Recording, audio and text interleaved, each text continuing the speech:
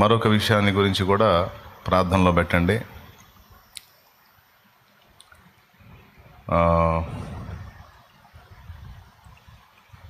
ఆదివారం, శుక్రవారం, బుధవారం ప్రార్థనలు జరుగుతాయి మందిరంలో. ముఖ్యంగా ఆదివారం రోజు ఎక్కువ మంది ప్రజలు గ్యాదర్ అవుతారు. మరి నిన్న నాకు మనవాళ్ళు చెప్పినటువంటి విషయం ఏంటంటే, తండ్రి సన్నిధి వాళ్ళకి నీళ్ళు ఇవ్వద్దు అని మరి అధికారులు నిర్ణయించారట. తండ్రి సన్నిధికి నీళ్ళు ఇవ్వద్దు అంటే చిలకలూరుపేట పట్టణంలో ఆరాధనకు గ్యాదర్ అయ్యేటువంటి సుమారు 50 నుంచి 60 వేల మంది ప్రజలకు నీళ్ళు ఇవ్వద్దు అని నిర్ణయించారు. ఓకే, అది దృష్టిలో పెట్టుకొని ప్రార్థన చేయండి.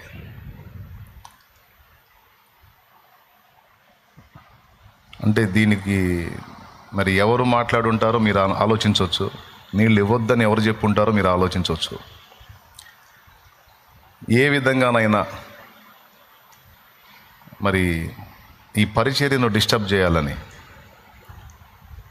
చిలకలూరుపేట పుణ్యక్షేత్రం కాదు, చిలకలూరుపేట సుచరిత్ర కలిగినటువంటి పట్టణం కాదు. అలాంటి స్థితిలో ఉన్న ఈ పట్టణానికి ఒక ఆశీర్వాదకరంగా, చుట్టుపక్కల దాదాపు 200 పైచిలుకు ప్రాంతాల ప్రజలకు ఒక దీవెనకరంగా, ఆంధ్ర రాష్ట్రానికి, తెలుగు ప్రజలందరికీ కూడా ఆశీర్వాదకరంగా ఈ పరిచర్యను దేవుడు ఆశీర్వదించాడు. ఇది ఒక పట్టణానికి, ఒక నియోజకవర్గానికి చెందిన పరిచర్య కాదు. ఇప్పటికే దాదాపు 250 నుంచి 300 ప్రాంతాలకు ఈ పరిచర్య విస్తరించింది. మరి ఏదో ఒక విధంగా స్ట్రగుల్ చేయాలని, కాసేపు కొంతమంది అధికారులు వస్తారు, మీకు అవి ఉన్నాయా, ఇవి ఉన్నాయా, అదే ఇదే అని అడుగుతారు. కాసేపు ఇంకొకళ్ళు వస్తారు, మీరు అది ఎట్లా చేశారు, ఇది ఎట్లా చేశారని అడుగుతారు.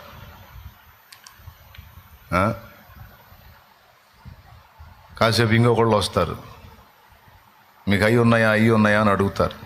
వాళ్ళు ఎందుకు వస్తున్నారో నాకు తెలుసు, వాళ్ళని ఎవరు పంపుతున్నారో కూడా నాకు తెలుసు. అంటే మీకు కూడా తెలియాలని చెప్తున్నాను నేను, జస్ట్ ప్రేయర్ చేయటానికి. భయపడైతే కాదు, మీకు మీ దృష్టికి తీసుకొని రావాలి. ఫస్ట్ మీరు ప్రేయర్ చేయాలి, అంతే. ఎందుకంటే ఏ మనుషుల దయా దాక్షిణ్యాలతోనో, ఎవరి ఇదితోనో నేను ఈ పరిచర్య మొదలు పెట్టాల. దీనికి దేవుడే కేంద్రం.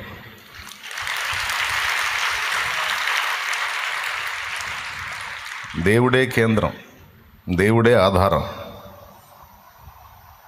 ఎవరి అధికారాలు వాళ్ళ అధికారాల్లో వాళ్ళు ఉన్నప్పుడు మరి వాళ్ళ మెయింటైన్ వాళ్ళు చేయాలి కదా. వాళ్ళకున్న అవకాశం మీద వాళ్ళు వినియోగించుకొని వాళ్ళు చేయాల్సినవి వాళ్ళు చేయాలి కదా.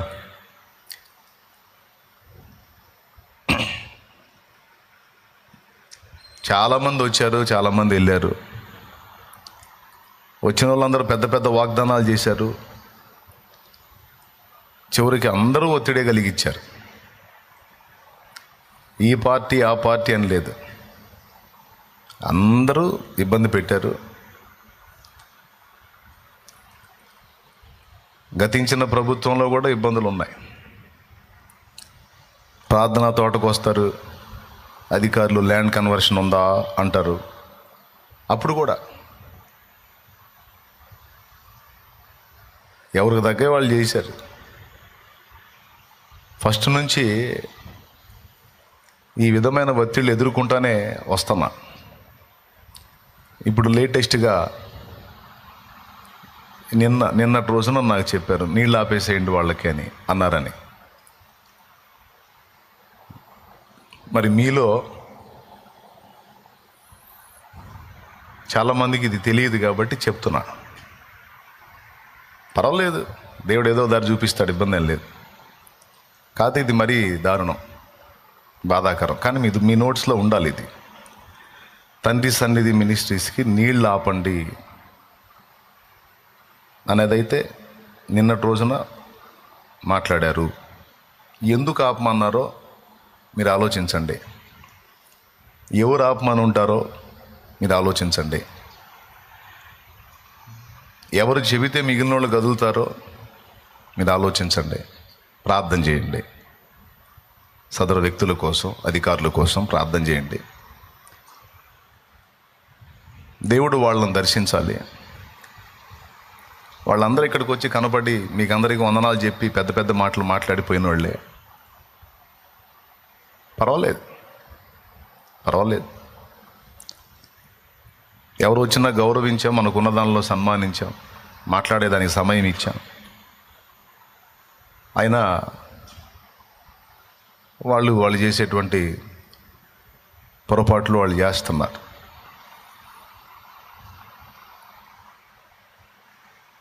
దేవుడు వాళ్ళని దర్శించుగాక. ఆమేన్. దేవుడు మనకు కావలసిన సమస్త విషయాల్లో ఆయన హస్తం తోడుగా ఉంచి,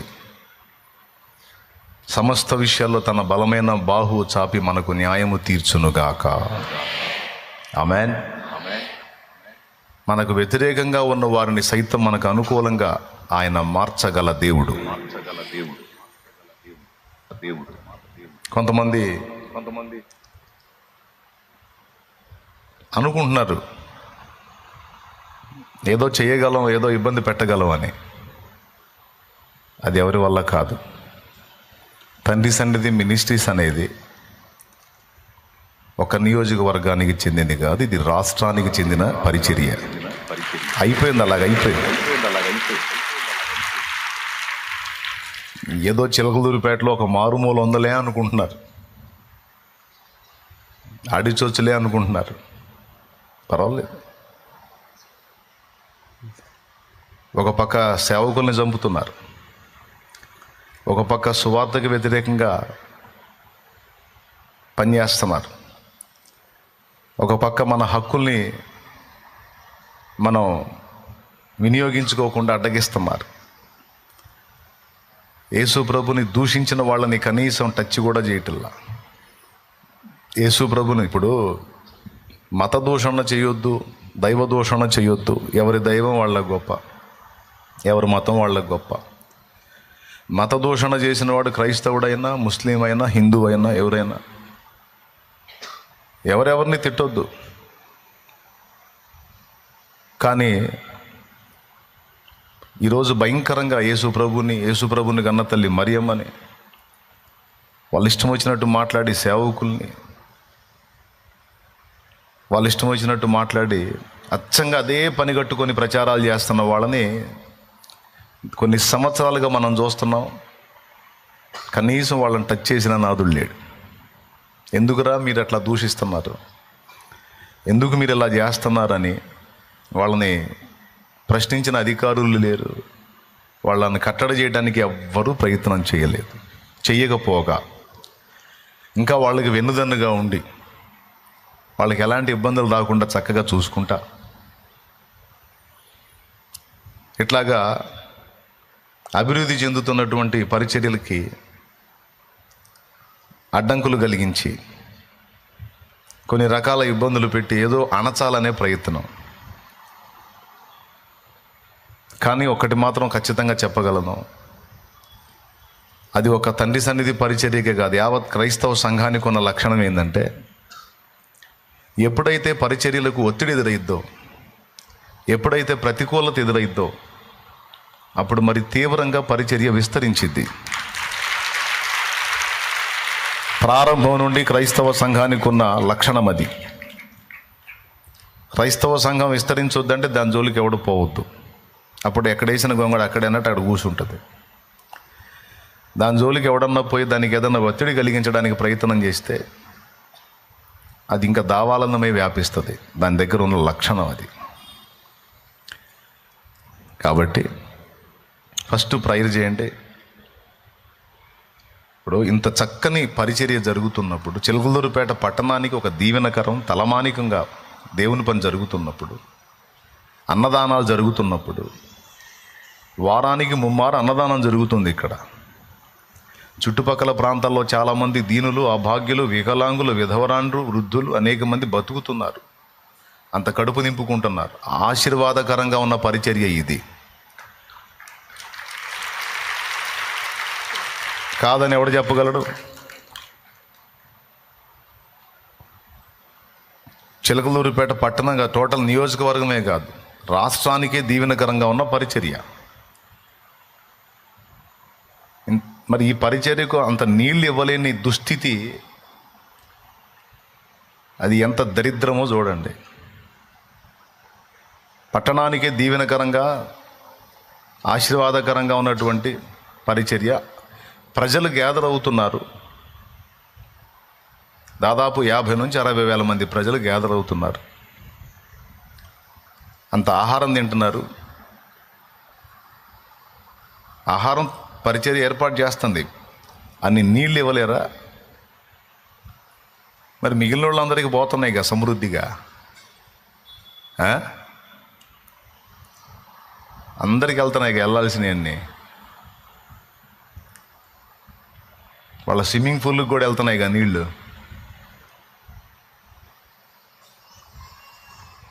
కాదండి, పెద్ద పెద్దోళ్ళు స్విమ్మింగ్ పూల్లకు కూడా నీళ్ళు వెళ్తున్నాయి, కానీ ఇక్కడ తాగేదానికి నీళ్ళు లేవు. ప్రార్థన చేయండి. దేవుడు ఉన్నాడుగా పైన.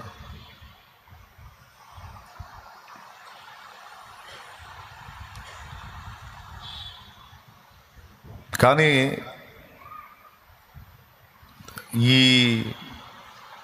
ఈసారి మాత్రం యావత్ క్రైస్తవ సంఘం అంతా కళ్ళు తెరవాల్సిన సమయం ఆసన్నమైంది. అందులో మాత్రం తిరుగులేదు. రెండవది, ఒరిజినల్ క్రైస్తవులందరూ కూడా, ఈ డూప్లికేట్ క్రైస్తవుల సంగతి చెప్పట్లా నేను. డూప్లికేట్ క్రైస్తవులు ఉంటారు.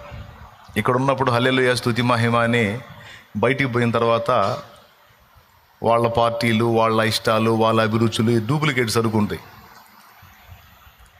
ఇప్పటి వరకు నీ ఇష్టం వచ్చిన పార్టీకి నువ్వు ఓటేసావు, నీ ఇష్టం వచ్చినట్టు నువ్వు చేసావు. కానీ ఇప్పుడు జరుగుతున్న దుర్మార్గాలు కళ్ళారా చూస్తున్నారు. ఇప్పుడు ఒరిజినల్ క్రైస్తవులందరూ, నిజమైన క్రైస్తవులందరూ కూడా ఒక తాటి మీదికి రావటం, ఒక ఓటు బ్యాంకుగా మారటం, రాబోతున్నటువంటి ఎన్నికల్లో ఏ విధంగా అడుగులు ముందుకేయాలో నేనే కాదు, నాతో పాటు దైవజనులు ఇంకా చాలామంది లైన్లోకి వస్తారు. నా సహోదరులు ఇంకా చాలామంది ఉన్నారు, అంత తెర వెనుకున్నారు, వస్తారు. మొత్తం వాళ్ళు కూడా లైన్లోకి వస్తారు. ముస్లిం పక్షాన చట్టసభల్లో మాట్లాడే వ్యక్తులు ఉన్నారు. హైందవుల పక్షాన మాట్లాడే వ్యక్తులు అచ్చంగా వాళ్లే మొత్తం. క్రైస్తవుల పక్షంగా మాట్లాడే వాళ్ళు సరైనోడు ఒకడు కూడా కనపడట్లా. అక్కడ కానీ ఇక్కడ కానీ, అక్కడ పార్లమెంట్లో కానీ ఇక్కడ కానీ ఎవడు లేడు. పాపం ఎవరో ఒక ఆయన ఉన్నాడు, ఊగులాడుతున్నాడు. కానీ ఈసారి అలా జరగకూడదు.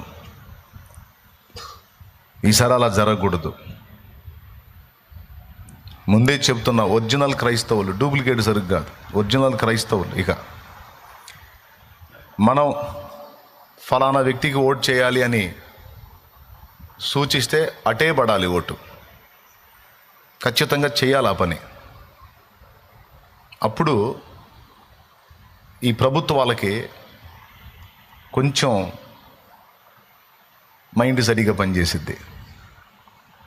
లేకపోతే అసలు ఆంధ్రప్రదేశ్లో కానీ తెలంగాణలో కానీ ఎంతమంది క్రైస్తవులు ఉన్నారో అర్థం కావట్లేదు. ఒక్కసారి చూపిస్తే అర్థమైద్ది వాళ్ళు కూడా. అప్పుడు ఎవరి హక్కులు వాళ్ళు నెరవేర్చుకోవడానికి స్వేచ్ఛ కల్పిస్తారు. మిగిలిన మతాలను గౌరవించినట్టే క్రైస్తవ్యాన్ని కూడా గౌరవిస్తారు. లేకపోతే మహా విధవతనంగా చూస్తున్నారు దీన్ని. క్రైస్తవుడు అంటే ఒక దేశద్రోహిలాగా, యేసుప్రభుని నమ్ముకున్నాడంటే వాడు సైకోలాగా, వాళ్ళు ఇష్టం వచ్చినట్టు. అస్సలు రెస్పెక్ట్ లేదు, గౌరవం లేదు. దేవుని కృపను బట్టి ఆ సమాలోచన జరుపుతూ ఉన్నాం. నెక్స్ట్ ఎలక్షన్ కల్లా నేను ఒక్కడనే కాదు, ఇంకా దైవజనులు చాలామంది లైన్లోకి వచ్చి ఉన్నారు. ఎవరినో ఒకళ్ళని ఎంపిక చేయడం జరుగుతుంది. వారి ద్వారా మరి ఇంకెలా ముందుకెళ్ళాలి, రాజకీయంగా కూడా ఎలా ముందుకెళ్ళాలనే ఆలోచనలు కూడా జరుగుతున్నాయి. ఖచ్చితంగా ఈసారి ఒరిజినల్ క్రైస్తవ అందరికీ చెప్తున్నా, డూప్లికేట్ వాళ్ళకి చెప్పట్లా. నిజంగా నువ్వు యేసు ప్రభుని ప్రేమిస్తే, నిజంగా నువ్వు క్రైస్తవురాలు అయితే, నిజంగా నీకు చిత్తశుద్ధి ఉంటే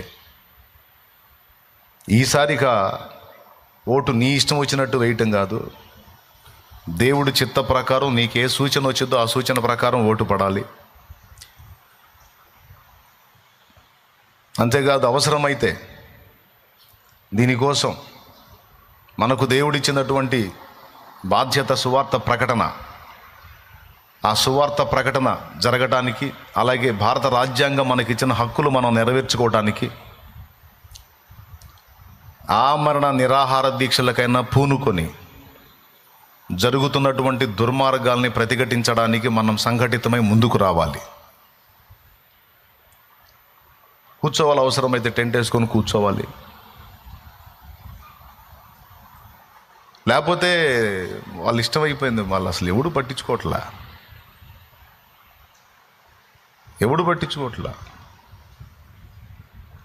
జరుగుతున్న దుర్మార్గాన్ని అడ్డగించకపోగా శాంతిగా జరుగుతున్నటువంటి ఇలాంటి వాటికి కూడా అవరోధాలు కల్పిస్తూ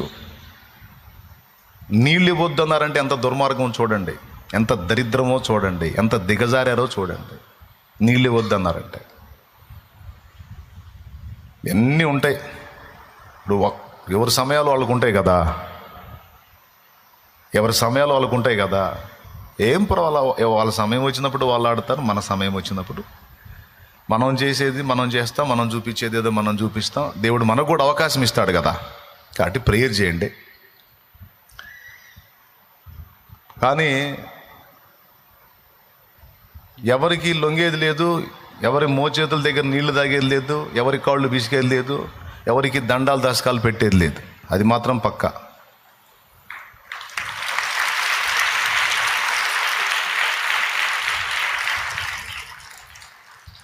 దేవునికి స్తోత్రం.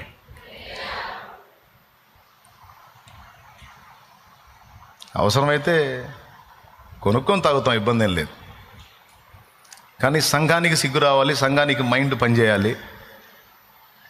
అందుకని చెప్తున్నాను నేను, సంఘానికి చిత్తశుద్ధి రావాలి.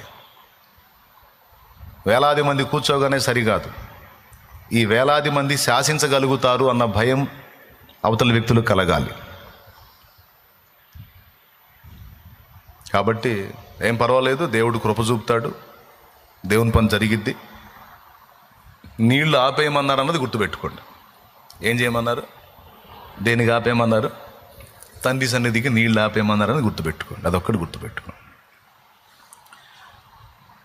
మరి ఒక పాట పాడుకొని దేవుని వాక్యాన్ని ధ్యానిద్దాం. అలాగే ఈసారి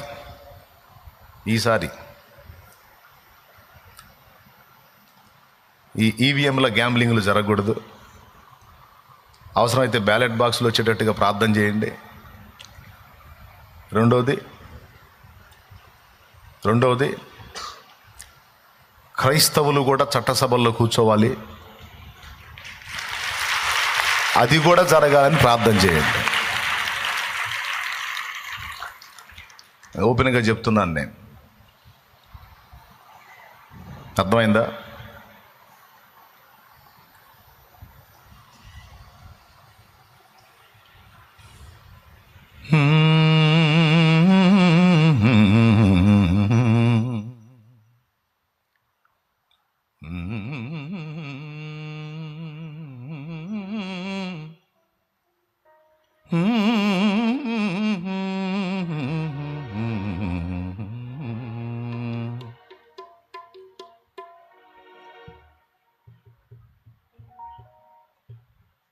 నన్నేదో చేస్తే పరిచర్య ఆగదు, నాలాంటి వాళ్ళు 100 మంది తయారై కూర్చున్నారు.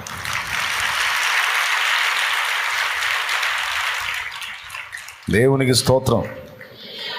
ముందే సిద్ధపరిచి పెట్టా. అందుకే నేను మరుగా ఎక్కువ శాతము మిగిలిన వాళ్ళని చూపిస్తూ ఉంటాను. ఎందుకంటే నిద్రమోహం వాళ్ళారా, పదాకలు నేను ఉండకపోవచ్చురా. కాబట్టి ఎవడు నిలబడ్డా కూడా సమర్థవంతంగా ఇక్కడ దేవుని పని జరగటానికి యోధులుగా తయారవ్వాలి, జరిపించడానికి సిద్ధపడంటారు నిద్రమోహం వాళ్ళారని నిలబెడతా ఉంటాయి. ఇక్కడ దేవుడి దయవల్ల షాలేం రాజు ఒకడు కాదు, 100 మంది తయారయ్యారు.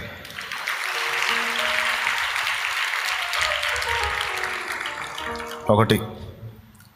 రెండవది, దీని మొత్తాన్ని నడిపించే నాయకుడిలాగా నేను కనపడుతున్నాను, కానీ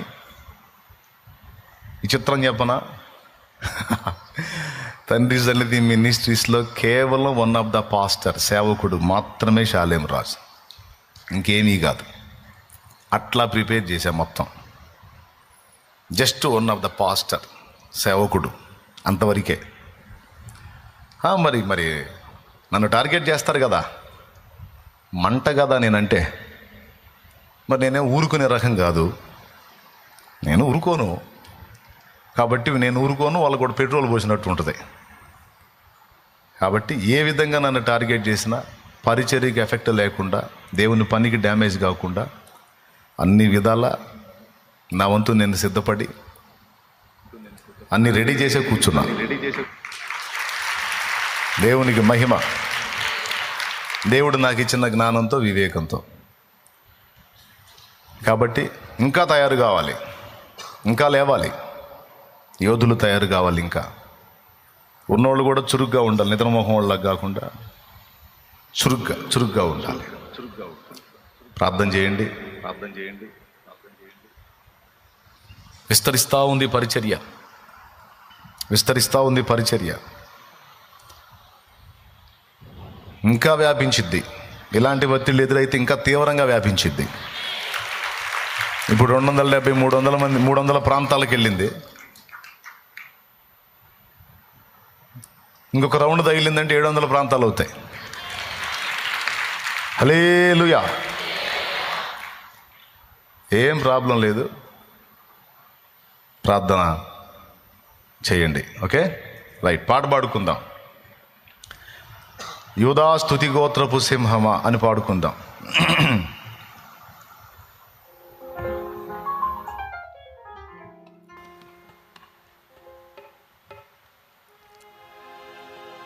యూదా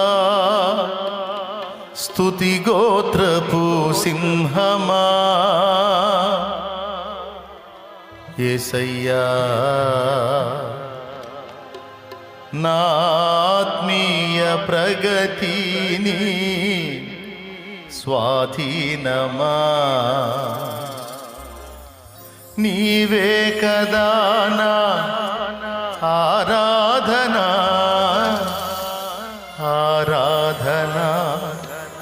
స్తుతి ఆరాధనా.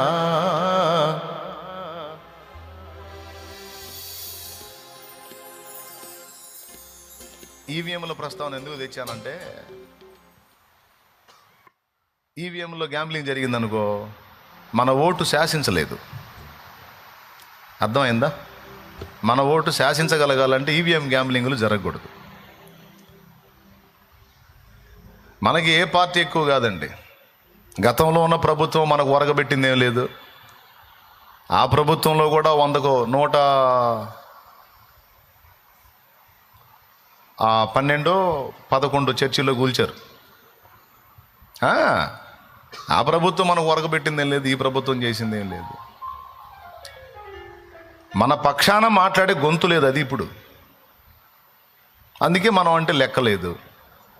ఆ ప్రభుత్వానికి లెక్కలేదు, ఈ ప్రభుత్వానికి లెక్కలేదు, ఊరికి లేదు.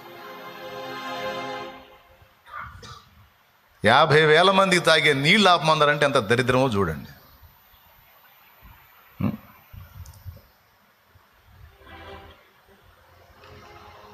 సార్ చేసేదేముంది, చూద్దాం. ముందు వాళ్ళు ఒరగబెట్టింది కూడా ఏం లేదు. మాకు వాళ్ళేం పెద్ద ఎక్కువేం కాదు. ఎవరు చేయాల్సింది వాళ్ళు చేశారు, చేస్తున్నారు, చూస్తున్నాం, బాధలు పడుతున్నాం.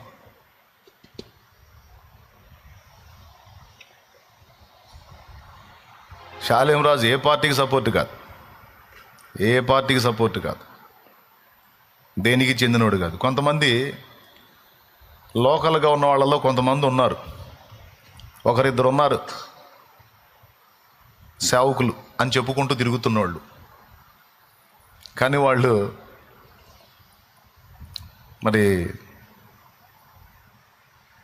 మరి దరిద్రంగా తయారయ్యారు.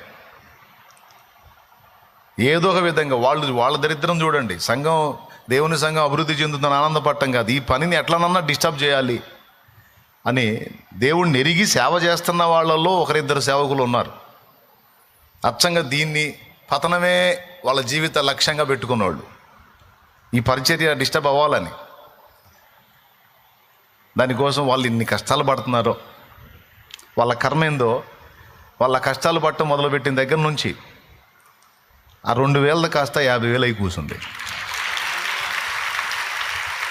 60,000 అయి కూర్చుంది. సరే, ఇక వాళ్ళు అట్లనే కంటిన్యూ చేస్తే దేవుడి దయ వల్ల ఇక 1,00,000కు పోయినా అనుమానం లేదు, అది కూడా త్వరలో జరిగిద్ది. అక్కడక్కడ ఆటోల మీద రాసి ఉంటుంది, మీ ఏడుపులే మా దీవెనలని. జరుగుతూ ఉంది, జరగదండి. ఇది ఒక వ్యక్తి మూలమైందో, మనుష్య మూలమైందో, డబ్బు మూలమైందో, అధికార మూలమైందో కాదు, దేవుడే కేంద్రంగా ఉండి జరిగిస్తున్న పరిచర్య. నేనెవడినండి, ఏ పాటు ఉండి నన్ను పిలిచి నా చెయ్యి పట్టుకున్నోడు సంగతి నాకు తెలుసు. ఆయన్ని బట్టి ధైర్యంతో ఆయన వైపు చూస్తూ సాగుతున్నా. నేనేమైపోయినా నా ఉపదేశం విన్న బిడ్డలు మీరందరూ తుది శ్వాస విడిచేంత వరకు ప్రభువుని హత్తుకొని ఉండండి. నేను ఉన్నా ఊడిన. అర్థమైందా? అంటే ఒకవేళ ఇక్కడ ఉన్నా లేదా ఇంకో ప్రాంతానికి వెళ్ళి సేవకి వెళ్ళినా ఊడినా అంటే పోతాను అనుకోకండి. పోనీళ్ళే దేవునికి స్తోత్రం. ఆయన చిత్తమైందాక ఉంచుతాడు. మరి మీ ప్రాణం తీయాలిగా. నేను ఏడున్నా ఏమంటే గంటలు మీ మైండ్ తినాలిగా.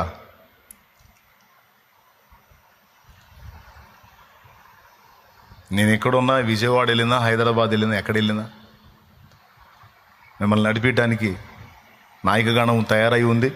చక్కగా నడిపించగలరు, మీకు బోధించగలరు. నేను ఈ ఊర్లో ఒక ఊర్లోనే చేయాలా? ఇంకా చేయాలా? ఎంతమంది కాసుంది?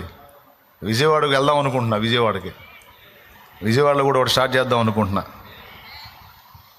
సండే సాయంత్రం పగలు ఇక్కడనో, నైట్ అక్కడ పెడదాం అనుకుంటున్నా. మరి విజయవాడలో చేయనా?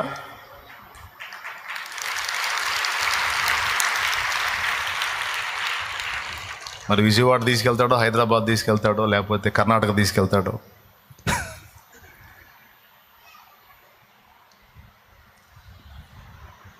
ఎటు వెళ్ళినా దేవుడు నన్ను భూమి మీద ఉంచితే కనీసం ఈ స్క్రీన్ ద్వారానైనా మీకు అందుబాటులోకి వస్తా.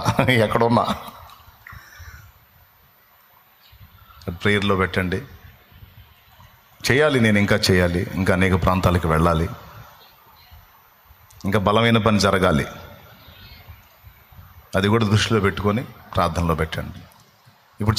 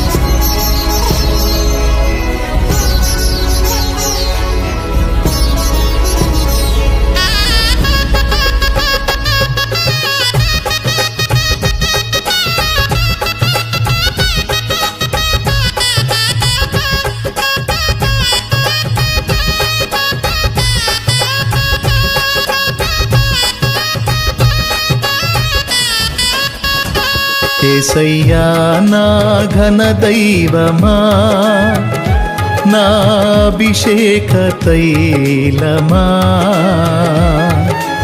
ఆనంద సంగీతమా. యేసయ్యా నా ఘన దైవమా, నా అభిషేక తైలమా. ఆనంద సంగీతమా, నీకే నా స్తోత్రము, స్తోత్ర సింహాసనం. నీకే నా స్తోత్రము, స్తోత్ర సింహాసనం. యేసయ్యా నా ఘన దైవమా.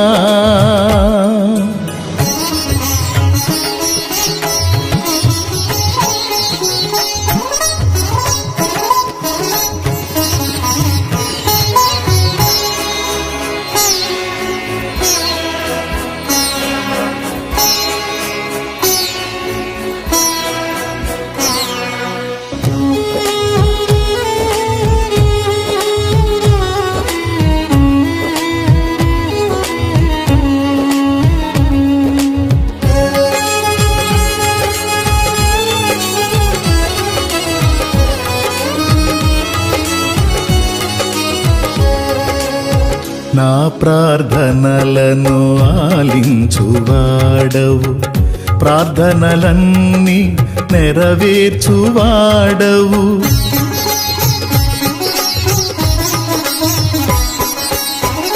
నా ప్రార్థనలను ఆలించువాడవు, ప్రార్థనలన్నీ నెరవేర్చువాడవు. మాట తప్పని దేవుడ నీవు, మాట తప్పని దేవుడ నీవు. మదిలో వ్యధను తొలగించిన, మదిలో వ్యధను తొలగించిన. నీకే నా స్తోత్రము, స్తోత్ర సింహాసనం. నీకే నా స్తోత్రము, స్తోత్ర సింహాసనం.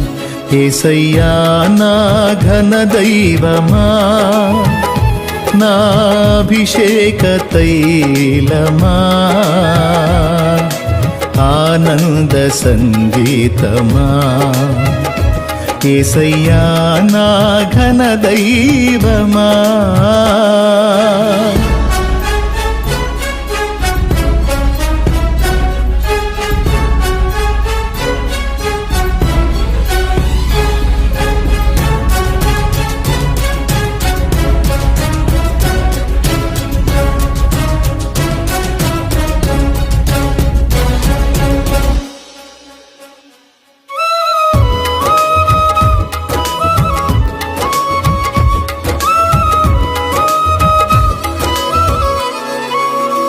నా గాయములను మాన్పువాడవు, నూతన బలమును దయచేయువాడవు.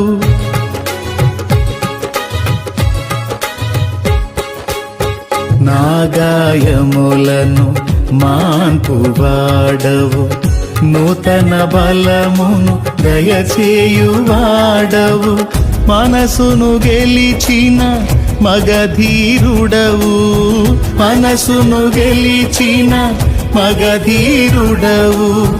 మనవులన్నీ మన్నించిన, మనవులన్నీ మన్నించిన. నీకే నా స్తోత్రము, స్తోత్ర సింహాసనం. నీకే నా స్తోత్రము, స్తోత్ర సింహాసనం. యేసయ్యా నా ఘన దైవమా, నా అభిషేక తైలమా. ఆనంద సంగీతమా, యేసయ్యా నా ఘన దైవమా.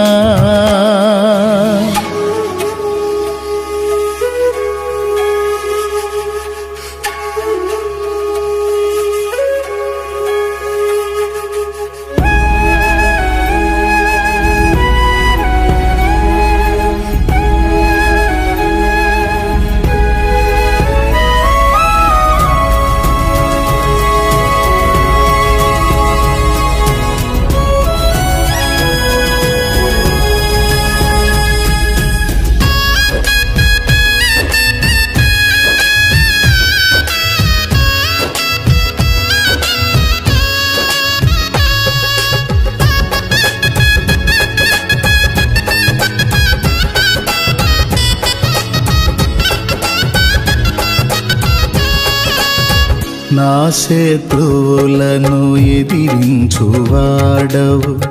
ముందు నిలిచిన నజరేయుడవు.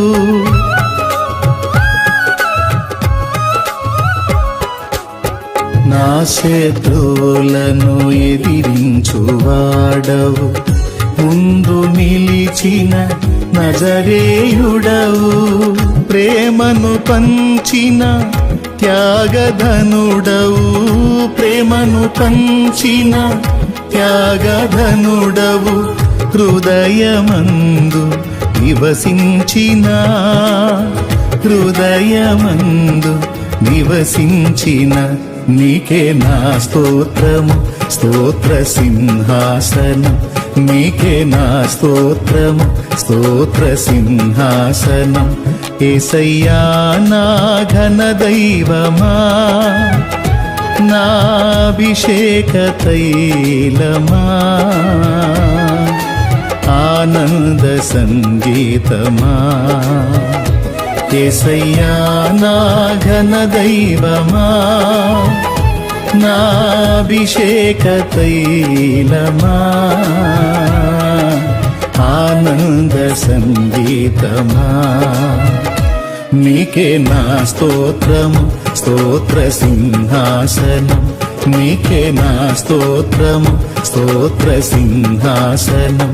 నీకే నా స్తోత్రము, స్తోత్ర సింహాసనం. నీకే నా స్తోత్రము, స్తోత్ర సింహాసనం.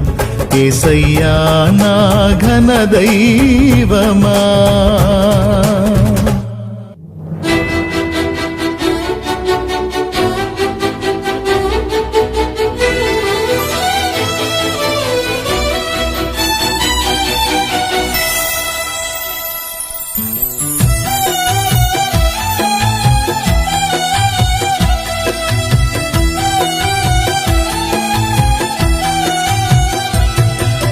నీ పేరు పోయబడిన పరిమళ తైలం, నీ ప్రేమ పొందుకున్న బ్రతుకే ధన్యం.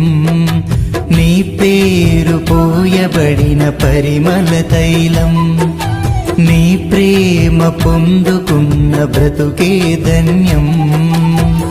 జగముల నేలే నా యేసయ్యా, యుగముల రాజా నువ్వేనయ్యా. జగముల నేలే నా యేసయ్యా, యుగముల రాజా నువ్వేనయ్యా. నీకే నీకే నా ఆరాధనా, నువ్వే నువ్వే నా ఆలాపనా. నీకే నీకే నా ఆరాధనా, నువ్వే నువ్వే నా ఆలాపనా. నీ పేరు పోయబడిన పరిమళ తైలం, నీ ప్రేమ పొందుకున్న బ్రతుకే ధన్యం.